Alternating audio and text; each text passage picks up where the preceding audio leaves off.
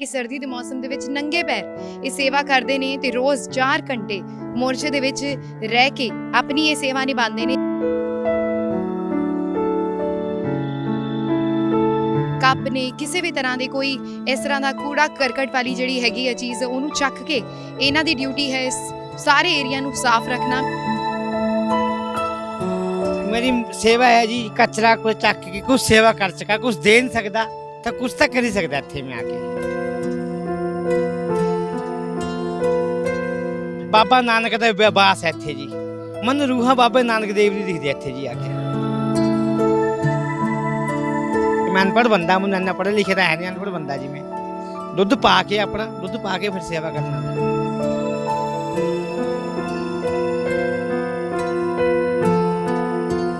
मन कुछ नहीं लेना किसी से कोई मेरा मजाक उड़ाए जो मर्जी मनु कहे।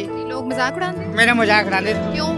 तो दोजी बंदा क्या करने लग गया तो इत्थे आ ਇੱਥੋਂ ਦੇ ਲੋਕ ਮਜ਼ਾਕ ਉਡਾਉਂਦੇ आरी मेरा मजाक उड़ाने तो ਇੱਥੋਂ ਸੰਗਤ ਦੀ ਅੱਛਾ ਚੰਡੀਗੜ੍ਹ जी बार दोजी मेरे यार दोस्त भी सेवा करता क्या करने लग गया।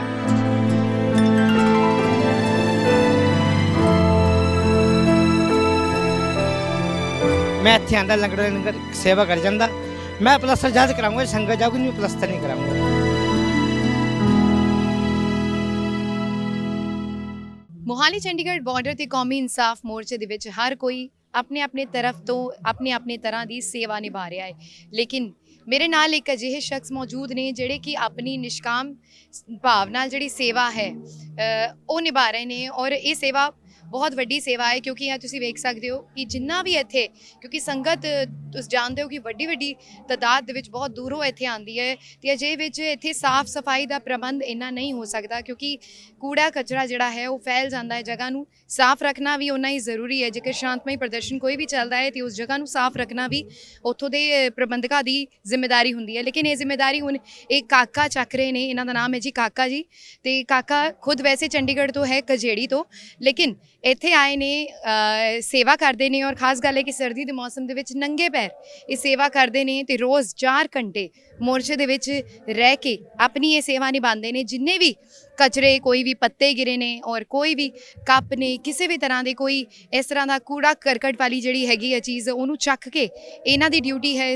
ਸਾਰੇ ਏਰੀਆ ਨੂੰ ਸਾਫ਼ ਰੱਖਣਾ। ਮੇਰੇ ਨਾਲ ਨੇ ਕਾਕਾ ਉਹਨਾਂ ਨਾਲ ਗੱਲ ਕਰਦੇ ਆ। ਕਾਕਾ ਜੀ ਸਤਿ ਸ਼੍ਰੀ ਅਕਾਲ। सत श्री अकाल जी। ਕਾਕਾ ਜੀ ਕੀ ਕਹੋਗੇ ਤੁਸੀਂ ਇੱਕ ਬੜੇ ਅੱਛੇ ਭਾਵ ਨਾਲ ਇੱਥੇ ਆਏ ਹੋ ਤੇ ਤੁਸੀਂ ਕਿਹਾ ਕਿ ਮੈਂ ਮੋਰਚੇ ਦੇ ਵਿੱਚ ਆਪਣੀ ਸੇਵਾ ਨਿਭਾਉਣਾ ਹੈ। हाँ जी ਕਿਸ ਤਰ੍ਹਾਂ ਦੀ ਸੇਵਾ ਕੀ ਭਾਵ ਹੈ ਇਹਨਾਂ ਇਸ ਮੋਰਚੇ ਬਾਰੇ ਤੁਹਾਡਾ? मेरी सेवा है जी कचरा को चक के कुछ सेवा कर सका कुछ दे नहीं सकता तो कुछ तो कर ही सकता इत्थे में आके। ਕਿਵੇਂ ਪਤਾ ਚੱਲਿਆ ਇਸ ਮੋਰਚੇ ਬਾਰੇ ਤੁਹਾਨੂੰ? मन 7 तरीका पता 7 तरीके आंदा इत्थे में ਕਿੱਦਾਂ ਪਤਾ ਲੱਗਿਆ? पता लगा जी इत्थे आए भी जी सारे कुछ मैं देखा जी इत्थे आके। मैं अनपढ़ बंदा मैं इन्ना पढ़े लिखे तो है नहीं अनपढ़ बंदा जी मैं दुध पा के अपना दुध पा के फिर सेवा करना आंदा। ਤੁਹਾਡਾ ਦੁੱਧ ਦੋਜੀ ਦਾ ਕੰਮ ਹੈ ਤੁਹਾਡਾ ਦੁੱਧ ਪਾਉਂਦੇ ਤੁਸੀਂ? दोधी बंद कम है जी मेरा। ਕੀ ਕਹਿਣਾ ਚਾਹੋਗੇ? क्या कहिए जी बस संगत का इन मालका मेहर कर दे सब नू रिहा कर दे।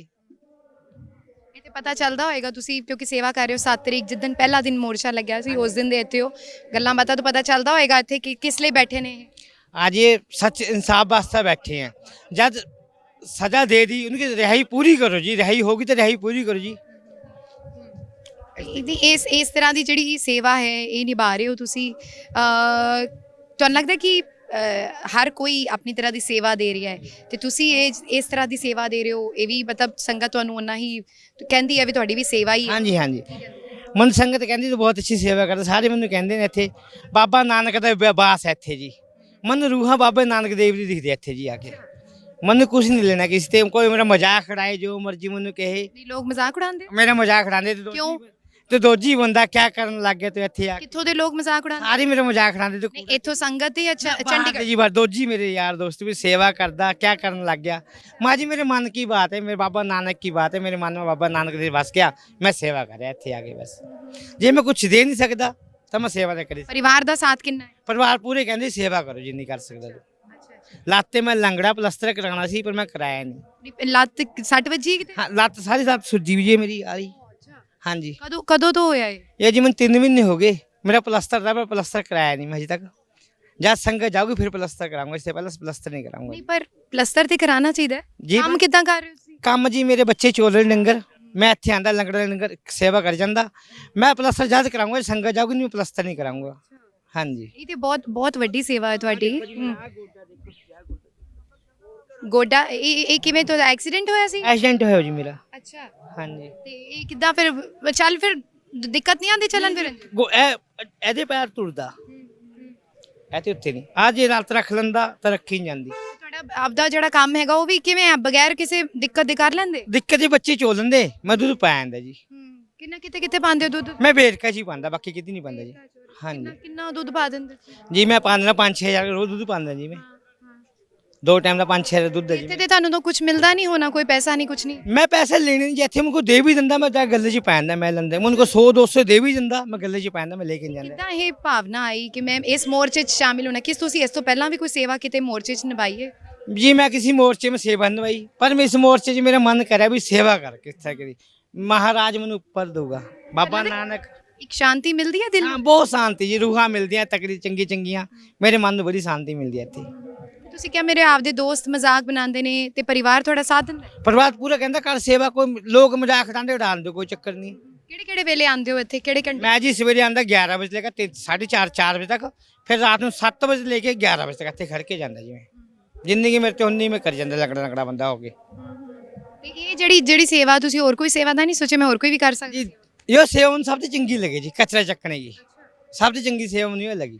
ਬਈ ਜੁੱਠੇ ਗਲਾ ਜਿੰਨੇ ਸਰੀਰ ਤੇ ਪਉਂਗੇ ਉਹਨੇ ਮੇਰੇ ਪਾਪ ਘਟੂਗੇ। ਕੀ ਮੈਸੇਜ ਦੇਣਾ ਚਾਹੋਗੇ, ਕਿਉਂਕਿ ਸੰਗਤ ਕਾਫੀ ਆ ਰਹੀ ਹੈ ਲੇਕਿਨ ਹਾਲੇ ਵੀ ਬਹੁਤ ਸੰਗਤ ਹੈ ਜਿਹੜੀ ਘਰਾਂ 'ਚ ਬੈਠੀ ਹੈ, ਤੁਹਾਨੂੰ ਕੀ ਮੈਸੇਜ ਲੱਗਦਾ ਦੇਣਾ ਚਾਹੀਦਾ? ਮੈਂ ਕਹਿੰਦਾ ਜੀ ਇੱਥੇ ਆਏ ਸੰਗਤ 'ਚ ਬਾਬੇ ਨਾਨਕ ਦਾ ਰੂਪ ਦਾ ਵਾਸ ਕਰੋ, ਇੱਥੇ ਦੇਖੋ ਆਗੇ ਬਾਬੇ ਨਾਨਕ ਹੈ ਜੀ ਇੱਥੇ। ਤੁਹਾਨੂੰ ਲੱਗਦਾ ਇੱਥੇ ਬਾਬਾ ਨਾਨਕ ਜੀ? ਹਾਂਜੀ ਬਾਬਾ ਨਾਨਕ ਜੀ, ਮੈਨੂੰ ਇੱਥੇ ਬਾਬਾ ਨਾਨਕ ਜੀ। ਗੁਰੂ ਗ੍ਰੰਥ ਸਾਹਿਬ ਜੀ ਇੱਥੇ ਬੈਠੇ ਨੇ, ਤੁਸੀਂ ਮੱਥਾ ਟੇਕਦੇ ਰੋਜ਼? ਹਾਂਜੀ ਰੋਜ਼ ਮੱਥਾ ਟੇਕ ਕੇ ਨੰਗੇ ਪੈਰ ਬਾਹਰ ਮੱਥਾ ਟੇਕ ਕੇ ਫਿਰ ਮੈਂ ਚਲੇ ਜਾਂਦਾ, ਤੇ ਮੈਂ ਇੱਥੇ ਸੇਵਾ ਕਰਕੇ ਫਿਰ ਚਲ ਜਾਂਦਾ ਜੀ। ਠੀਕ ਹੈ, ਤੁਹਾਨੂੰ ਲੱਗਦਾ ਐਦਾਂ ਦੇ ਮੋਰਚੇ ਹੋਰ ਲੱਗਣਗੇ, ਹੋਰ ਵੀ ਸੇਵਾ ਨਿਭਾਓਗੇ? ਜਿੰਨੀ ਜੀ ਮਾਨਤਾ ਤੇ ਜਿੰਦਾ ਰਹਿ ਗਿਆ ਸੇਵਾ ਨਿਭਾਉਂਗਾ ਜੀ, ਮਰ ਗਿਆ ਮੈਂ ਕਹਿੰਦਾ ਕੁਛ ਨਹੀਂ। ਚਲੋ ਠੀਕ ਹੈ ਜੀ, ਧੰਨਵਾਦ ਤੁਹਾਡਾ। ਅਸੀਂ ਵਿਸ਼ ਕਰਦੇ ਹਾਂ ਤੁਸੀਂ ਆਪਣਾ ਇਲਾਜ ਪਹਿਲਾਂ ਕਰਾਓ ਸਭ ਤੋਂ ਪਹਿਲਾਂ ਜੀ, ਠੀਕ ਹੈ ਜੀ। ਸੋ ਇਹ ਸਨ ਮੇਰੇ ਨਾਲ ਕਾਕਾ ਜੀ ਜਿਹੜੇ ਕਿ ਚੰਡੀਗੜ੍ਹ ਤੋਂ ਹੈ ਔਰ ਲੰਗੜਾ ਕੇ ਤੁਰਦੇ ਨੇ, ਕਿਉਂਕਿ ਇਹਨਾਂ ਦੀ ਲੱਤ ਟੁੱਟੀ ਹੋਈ ਹੈ ਲੇਕਿਨ ਕਹਿੰਦੇ ਕਿ ਮੈਂ ਪਲਾਸਟਰ ਉਦੋਂ ਤੱਕ ਨਹੀਂ ਲਗਵਾਉਣਾ ਜਦ ਤੱਕ ਇਹ ਬੰਦੀ ਸਿੰਘ ਜਿਹੜੇ ਨੇ ਇੱਥੋਂ ਰਿਹਾਈ ਨਹੀਂ ਹੁੰਦੇ ਜਾਂ ਮੋਰਚਾ ਨਹੀਂ ਚੱਕਿਆ ਜਾਂਦਾ। ਇਹ ਅਸਲੀ ਸੇਵਾ ਹੈ ਅਸੀਂ ਕਹਿ ਸਕਦੇ ਹਾਂ, ਕਿਉਂਕਿ ਦੋਜੀ ਦਾ ਕੰਮ ਕਰਦੇ ਨੇ, ਦੁੱਧ ਚੋਂਦੇ ਨੇ, ਦੁੱਧ ਜਿਹੜਾ ਹੈ ਵੇਰਕਾ ਦੇ ਵਿੱਚ ਪਾਉਂਦੇ ਨੇ। ਕਹਿੰਦੇ ਲਗਭਗ 5 ਤੋਂ 6 ਹਜ਼ਾਰ ਰੁਪਇਆ ਮੈਂ ਕਮਾ ਲੈਣਾ ਹੈ, ਲੇਕਿਨ ਜੋ ਇੱਥੇ ਕਚਰਾ ਚੱਕ ਕੇ ਸੇਵਾ ਕਰਕੇ ਮੈਨੂੰ ਸਕੂਨ ਮਿਲਦਾ ਹੈ, ਕਿਉਂਕਿ ਉਹਨਾਂ ਨੂੰ ਲੱਗਦਾ ਕਿ ਇੱਥੇ ਬਾਬਾ ਨਾਨਕ ਦਾ ਵਾਸ ਹੈ। ਇਹ ਅਸਲੀ ਸੇਵਾ ਹੈ, ਹੋਰ ਕੋਈ ਸੇਵਾ ਨਹੀਂ ਮੈਂ ਕਰਦਾ, ਮੇਰੇ ਪਾਪ ਕੱਟੇ ਜਾ ਰਹੇ ਨੇ। ਉਹਨਾਂ ਕਿਹਾ ਕਿ ਮੈਨੂੰ ਬਹੁਤ ਅੱਛਾ ਲੱਗਦਾ ਤੇ ਸੇਵਾ ਕਰਕੇ, ਜਿਸ ਤਰ੍ਹਾਂ ਦੀ ਸੇਵਾ ਕਰਕੇ ਔਨ ਏਅਰ ਵੀ ਇਹਨਾਂ ਨੂੰ ਇੱਕ ਸਲਾਮ ਕਰਦਾ ਹੈ, ਸਲੂਟ ਕਰਦਾ ਹੈ। ਕੈਮਰਾਮੈਨ ਵਿਵੇਕ ਦੇ ਨਾਲ ਸ਼ਿਖਾ ਧੁਰੀਆ ਵਿੱਚ on air Mohali Chandigarh border.